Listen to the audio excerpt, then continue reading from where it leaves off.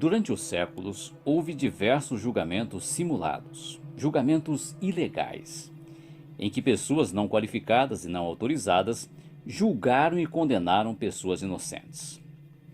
Como exemplo máximo disso, temos o julgamento de Jesus Cristo pelo Supremo Tribunal Judaico. Mas também nos nossos dias está se desenrolando um julgamento simulado, falso, oculto e disfarçado.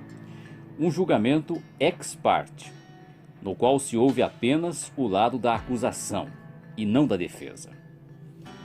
Mas que julgamento é este? Primeiramente, qual é o alegado crime cometido?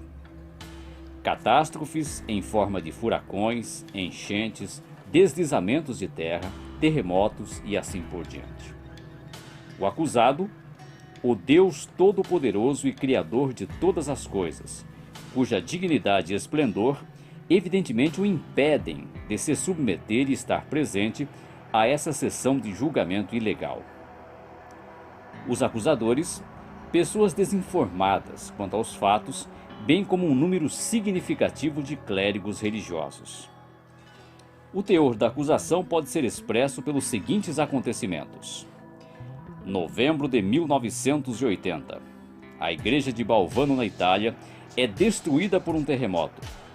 Enquanto os cadáveres eram retirados para fora, o sacerdote local lamentou: como posso explicar a essa gente que Deus decidiu levar seus entes queridos durante uma missa? 1991. Erupção vulcânica do Monte Pinatubo, nas Filipinas. A manchete de um jornal filipino perguntava: erupção, punição de Deus? A colunista do jornal expressou tal conceito ao escrever que tal catástrofe era uma intervenção divina. 1973. Santiago del Estero, na Argentina, é assolada por chuvas torrenciais. Pessoas na região vizinha disseram: Deus está punindo os santiaguenhos por serem maus. E uma vez que a Bíblia prediz um tempo de grande aflição, muitos acham que Deus é responsável pelas catástrofes e pelo sofrimento resultante delas. E um agravante é que as catástrofes naturais têm se multiplicado vertiginosamente nos últimos tempos. Por exemplo, nós temos as seguintes cifras. Na década de 60, foram registradas 523 catástrofes naturais. Na década de 70, 767. E na década de 80, 1.387 catástrofes naturais. Dos anos 60 até os anos 80, a frequência das grandes catástrofes naturais quintuplicou. Isso significa que cerca de uma entre cada 7 pessoas que vivem na Terra já foi atingida por algum tipo de catástrofe ou tragédia. Devido ao aumento alarmante no número de catástrofes, os ataques contra Deus tornaram-se mais profusos. Deus tornou-se um alvo favorito. Mas podemos dizer que a atribuição de significado especial a tais acontecimentos não é novidade. Na maior parte da história, o homem tem tentado explicar as catástrofes naturais que suportou por meio do folclore, da mitologia e da religião. Por exemplo, o terremoto que ocorreu em Tangshan, na China, em 1976, de magnitude 7,8 na escala Richter, matou, segundo se calcula, 240 mil pessoas. Ele ocorreu apenas 6 semanas antes da morte do ex-líder Mao Tse-tung e foi interpretado como presságio do céu que assinalava uma nova era na história da China. De modo que muitos se perguntam: é Deus realmente o responsável? Como você encara o assunto? Bem, há muito mais envolvido na resposta a essas questões. O ataque à reputação do Criador da humanidade envolve também o nosso futuro. Por afirmar que Deus é o responsável pelas calamidades que matam milhares de pessoas, a acusação também está afirmando que ele é perverso, frio e injusto. Se isso fosse verdade, então suas promessas quanto ao futuro da humanidade, no melhor dos casos, seriam apenas palavras jogadas ao vento. Além disso, a responsabilidade de indenização referente às vítimas de tais tragédias recairia sobre Deus. Assim, havendo tantos interesses em jogo, localizar a causa e distribuir a culpa é algo necessário. Portanto, como ouvinte imparcial do assunto, você com certeza está interessado em ouvir a evidência apresentada pela defesa. Com efeito, o veredicto ou decisão judicial dessa questão só pode ser dado pelos fatos. De modo que o objetivo desta palestra é examinar de perto os fatos relacionados às catástrofes naturais. Portanto, perguntamos: o que indicam os fatos? E o que é mais importante, o que indica a Bíblia? Vale ressaltar a priori que a Bíblia, de fato, prediz a ocorrência de catástrofes naturais. Podemos ver o que ela diz aqui em Lucas, no capítulo 21, e no versículo número 11. O texto diz: e haverá grandes terremotos, e num lugar após outro, pestilências e escassez de víveres. E haverá vistas aterrorizantes e grandes sinais do céu. Revelação, o Apocalipse, capítulo 6, descreve a trajetória dos 4 cavaleiros do Apocalipse. Expressão que se popularizou por se tornar o título de um romance sobre a Primeira Guerra Mundial, do escritor espanhol Vicente Blasco Ibáñez. Os 4 cavaleiros do Apocalipse simbolizam, entre outras coisas, a escassez de víveres e as pragas mortíferas. Significa isso que Deus é o causador desses acontecimentos? Não. Sendo onisciente, isto é, capaz de saber todas as coisas, Jeová pode prever as consequências dos empenhos de humanos imperfeitos e indicar de antemão os resultados. É o que nos diz Isaías, capítulo 46, versículos 9 e 10, onde Deus nos diz: lembrai-vos das primeiras coisas de há muito tempo, que eu sou o divino, e não há outro Deus, nem alguém semelhante a mim. Aquele que desde o princípio conta o final, e desde outrora as coisas que não se fizeram. Aquele que diz: meu próprio conselho ficará de pé, e farei tudo o que for do meu agrado. Portanto, conhecer algo de antemão não é o mesmo que provocá-lo. Um meteorologista, por exemplo, pode fazer uma previsão do tempo com elevado grau de precisão por causa de sua familiaridade com os padrões do tempo. Mas ninguém afirmaria que ele provocou o tempo predito. Portanto, o fato de Deus ter predito as calamidades não é prova de que ele é responsável por elas. Então, como podemos descobrir o elemento causador de tais tragédias? Bem, quando acontece um desastre, inicia-se uma investigação cabal de suas causas. Os aviões possuem as chamadas caixas pretas, que contêm informações sobre o desempenho da aeronave a cada segundo e a gravação das vozes na cabina de comando, até bem no momento do desastre. Essas caixas pretas são vitais para ajudar a determinar a causa dos acidentes aéreos. Vamos, portanto, examinar a caixa preta, ou o acúmulo de evidências por trás das catástrofes naturais. Vamos examinar 4 características das catástrofes naturais que são sobrepujantes em mostrar que Deus não é o causador delas.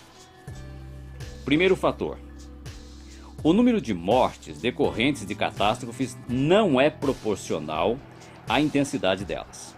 Por exemplo, um terremoto de intensidade 6,2 graus na escala Richter matou 5.000 pessoas. Contudo, um terremoto de intensidade maior, 6,6 graus, matou 65 pessoas, um número bem menor. Atribuir a Deus a causa de tais catástrofes é afirmar que ele errou de cálculo, usou mais força e atingiu menos pessoas. Isso seria absurdo, não é mesmo? Segundo fator: estudos têm mostrado que as nações mais pobres têm um índice maior de mortes decorrentes de catástrofes naturais do que as nações mais ricas. Por exemplo, de 1960 a 1981, o Japão sofreu mais de 40 catástrofes, resultando em 2.700 mortes, ao passo que o Peru sofreu menos catástrofes, um total de 31, mas com mais de 90.000 mortes, 30 vezes mais. Por que essa diferença? Será que Deus se agrada de destruir mais nações pobres do que ricas? É a conclusão a que chegaríamos, caso Deus fosse mesmo responsável pelas catástrofes naturais. Terceiro fator. As catástrofes naturais são caracterizadas pela perda indiscriminada de vidas, tanto de pessoas más como de pessoas boas. Até mesmo alguns fiéis servos de Deus sofrem dificuldades e morrem.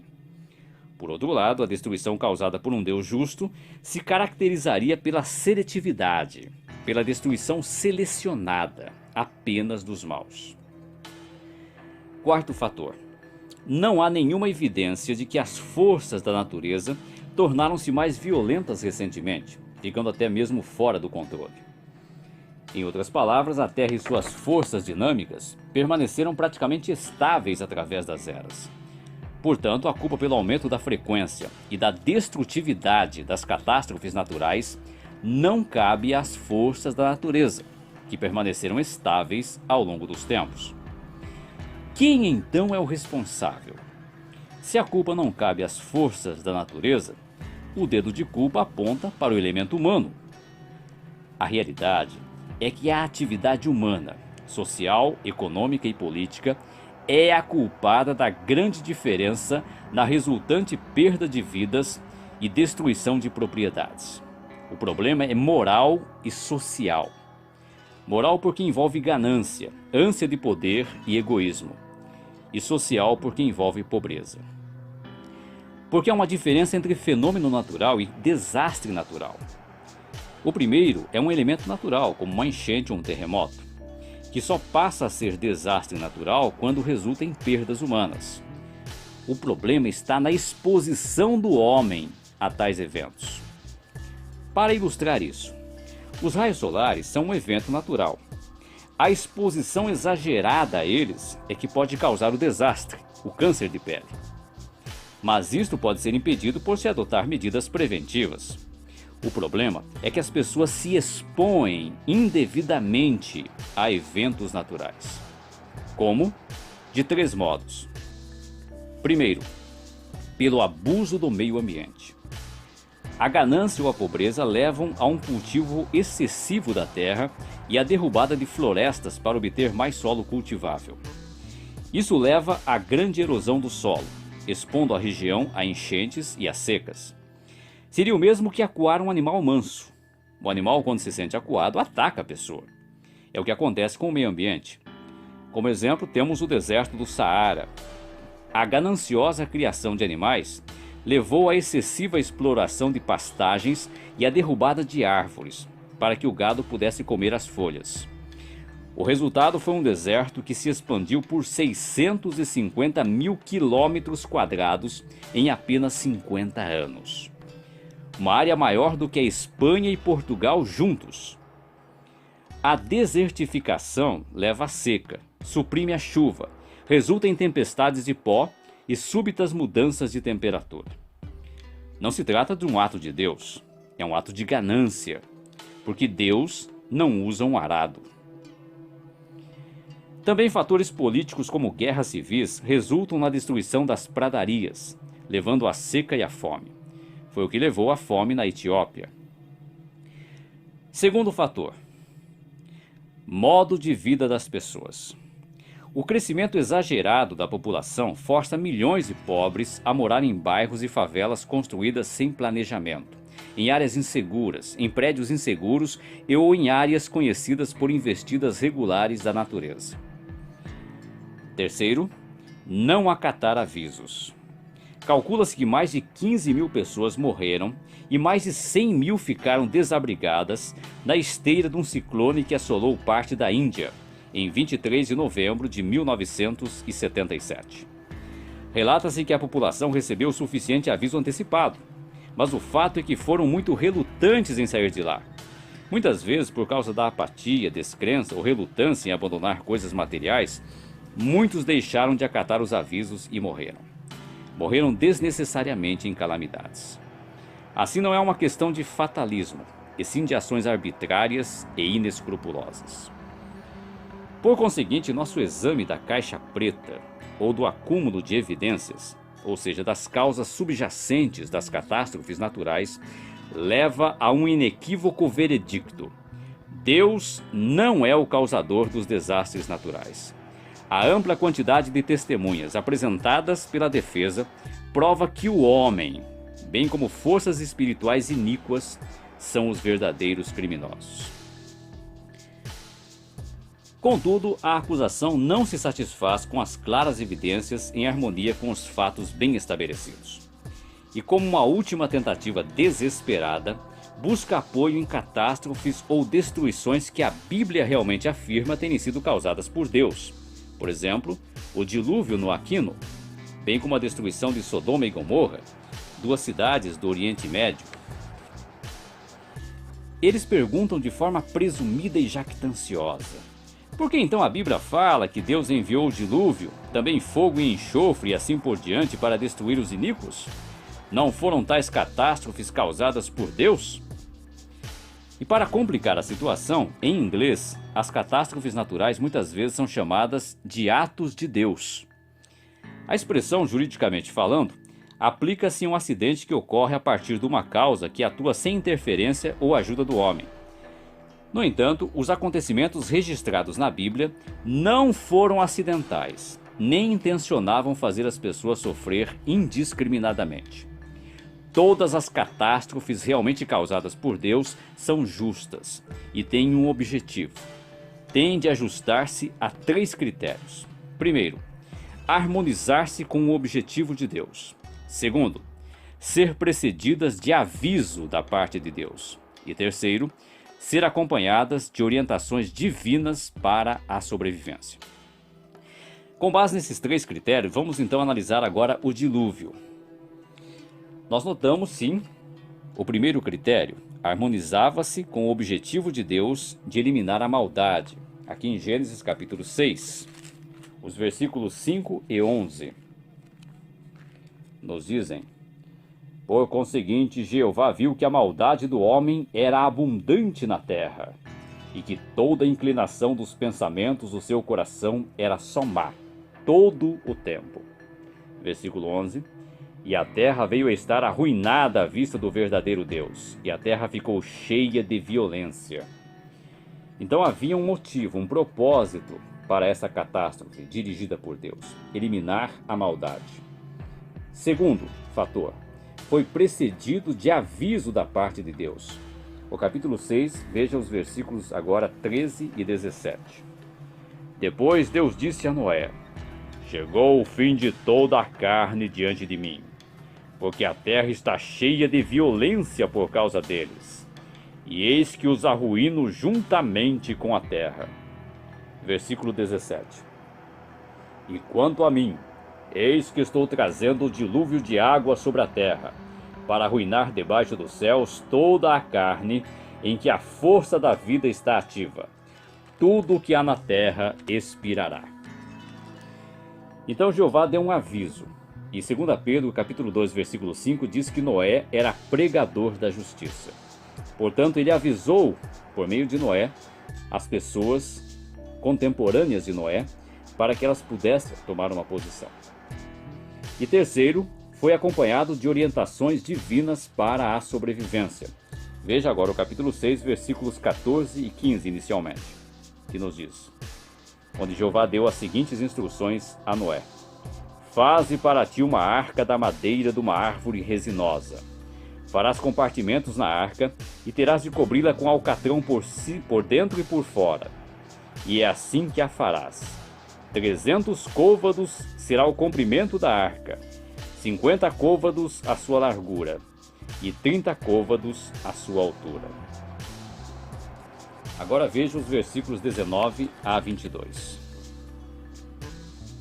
E de toda a criatura vivente, de toda sorte de carne, levarás 2 de cada uma para dentro da arca, a fim de as preservares vivas contigo. Serão macho e fêmea. Das criaturas voadoras segundo as suas espécies, e dos animais domésticos segundo as suas espécies. De todos os animais moventes do solo segundo as suas espécies.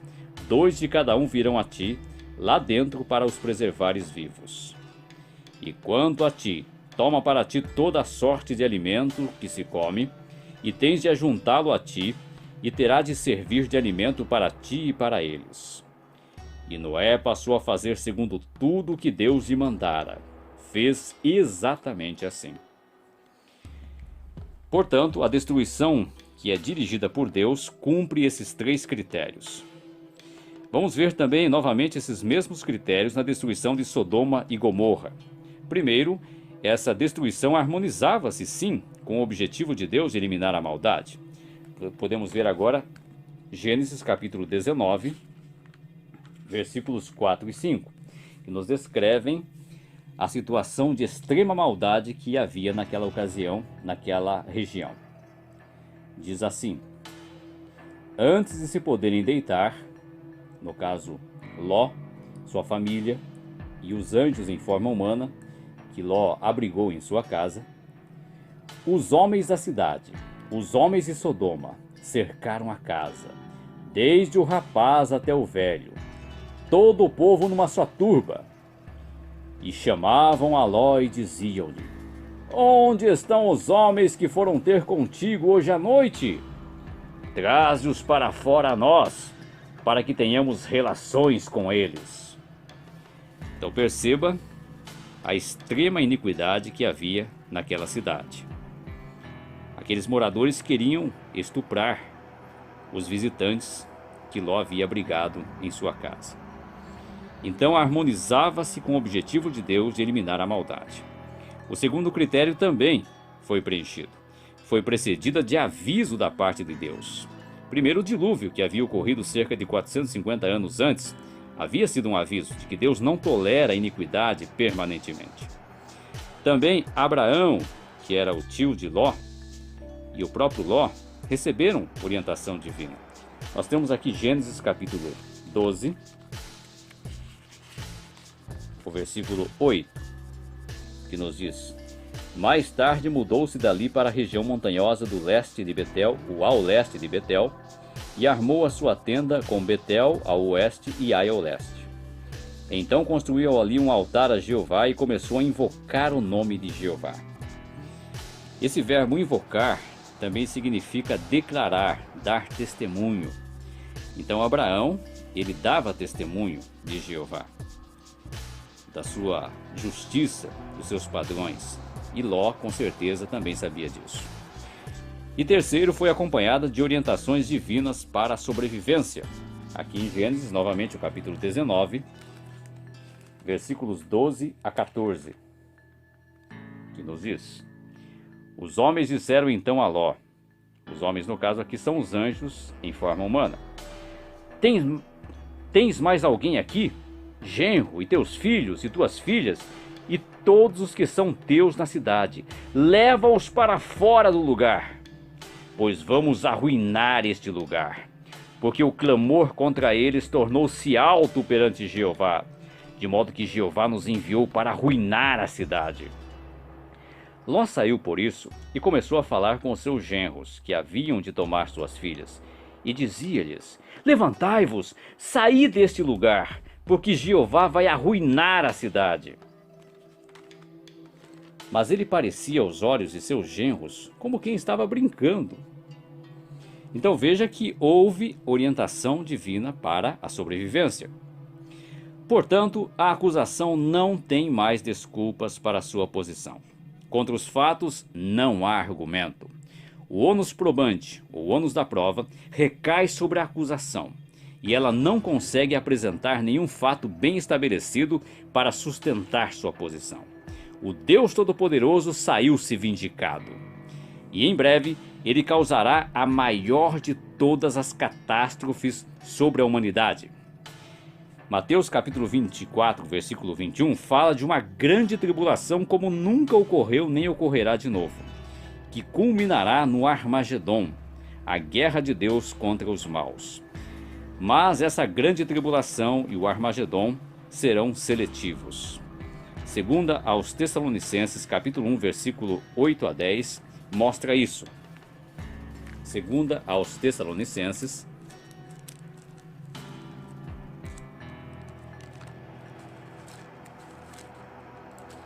capítulo 1, versículos 8 a 10, nos diz: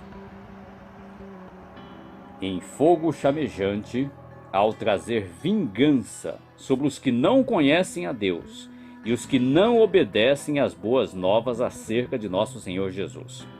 Estes mesmos serão submetidos à punição judicial da destruição eterna, de diante do Senhor e da glória da sua força, no tempo em que ele vem para ser glorificado em conexão com seus santos e para ser considerado com admiração, naquele dia em conexão com todos os que exerceram fé, porque o testemunho que demos encontrou fé entre vós. Esta grande tribulação porá fim ao sistema iníquo de coisas. Será sem comparação com outras calamidades já ocorridas. Por isso que Isaías capítulo 28, versículo 21, chama essa destruição de ato estranho e obra incomum da parte de Jeová. Será indiscutivelmente causada por Deus, porque se ajusta a todos os critérios citados. Primeiro, harmoniza-se com o propósito declarado de Deus, conforme Jeremias capítulo 25, versículos 31 ao 33.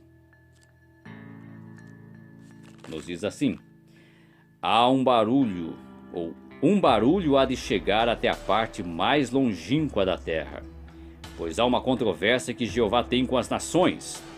Ele terá de pôr-se pessoalmente em julgamento com toda a carne. Quanto aos iníquos, terá de entregá-los à espada, é a pronunciação de Jeová. Assim disse Jeová dos exércitos: eis que sai uma calamidade de nação em nação, e suscitar-se-á até mesmo uma grande tormenta desde as partes mais remotas da terra. E os mortos por Jeová certamente virão a estar naquele dia, de uma extremidade da terra até a outra extremidade da terra. Não serão lamentados, nem serão recolhidos ou enterrados, tornar-se-ão como estrumes sobre a superfície do solo. Também ajusta-se ao segundo critério: dá-se aviso antecipado em todo o mundo. Mateus capítulo 24 nos narra uma grande profecia de Jesus descrevendo os acontecimentos atuais que nós vivenciamos. E entre esses acontecimentos encontra-se a pregação das boas novas, conforme Mateus capítulo 24, o versículo 14, que nos diz: e estas boas novas do reino serão pregadas em toda a terra habitada, em testemunho a todas as nações, e então virá o fim.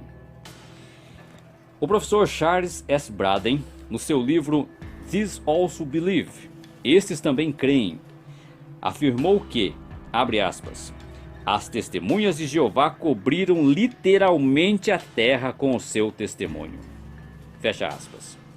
Ele diz também que, abre aspas, nenhum outro grupo religioso no mundo mostrou maior zelo e persistência na tentativa de divulgar as boas novas do reino do que as testemunhas de Jeová. Este movimento provavelmente se tornará cada vez mais forte. Fecha aspas. Como ele tinha razão. Quando ele escreveu estas palavras há mais de 50 anos, havia apenas umas 300 mil testemunhas de Jeová pregando em todo o mundo. O que diria ele hoje, quando o número de pregadores, mais de 6 milhões, é cerca de 20 vezes maior? E por fim, forneceram-se e fornecem-se orientações para a sobrevivência. Temos aqui as palavras de Sofonias no capítulo 2 e o versículo 3, que nos diz: procurai a Jeová, todos os mansos da terra, que tendes praticado a sua própria decisão judicial. Procurai a justiça, procurai a mansidão. Provavelmente sereis escondidos no dia da ira de Jeová. E também as palavras que Jesus falou em João capítulo 17, versículo 3. Isto significa vida eterna, que absorvam conhecimento de ti, o único Deus verdadeiro, e daquele que enviaste, Jesus Cristo. Ocorrerá uma destruição sem paralelos, mas é possível sobreviver. A escolha é de cada um de nós. Mas depois disso haverá bênçãos resultantes das maravilhas que Deus fará no futuro. Haverá abundância de paz, conforme diz o Salmo 72, versículo 7. O dano ao meio ambiente será revertido, conforme mostra Isaías capítulo 35, versículos 1, 6 e 7. E a pobreza e a injustiça social serão eliminadas. O Salmo 72:16 diz que haverá bastante alimento na terra. E conforme Isaías 9:7, lá menciona que o próprio zelo de Jeová dos Exércitos é que tornará isso uma realidade. Tudo isso será o resultado da mais assombrosa catástrofe que Deus causará para o benefício da humanidade.